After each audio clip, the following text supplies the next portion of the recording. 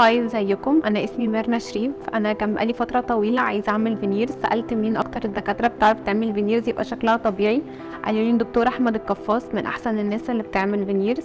لما جيت دكتور احمد قال لي ان انا عندي كذا مشكله في اسناني، كان فيها سوسه في النص، وكنت محتاجه اعمل كونتور للثه.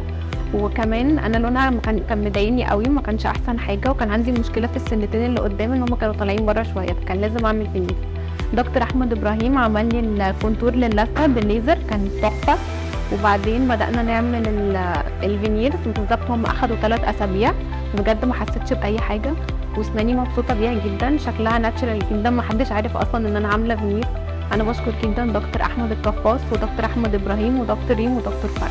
انا طبعا برشح دكتور احمد القفاص لو اي حد عايز يعمل فينيرز، عشان هي بجد شكلها ناتشرال جدا، ومحدش بيعرف ان انا عامله فينيرز او اي حاجه. حتى اللون بجد بتاعها بيرفكت على السكين تون بتاعي. شكرا دكتور احمد القفاص، وشكرا كابتن دنتال كلينيك.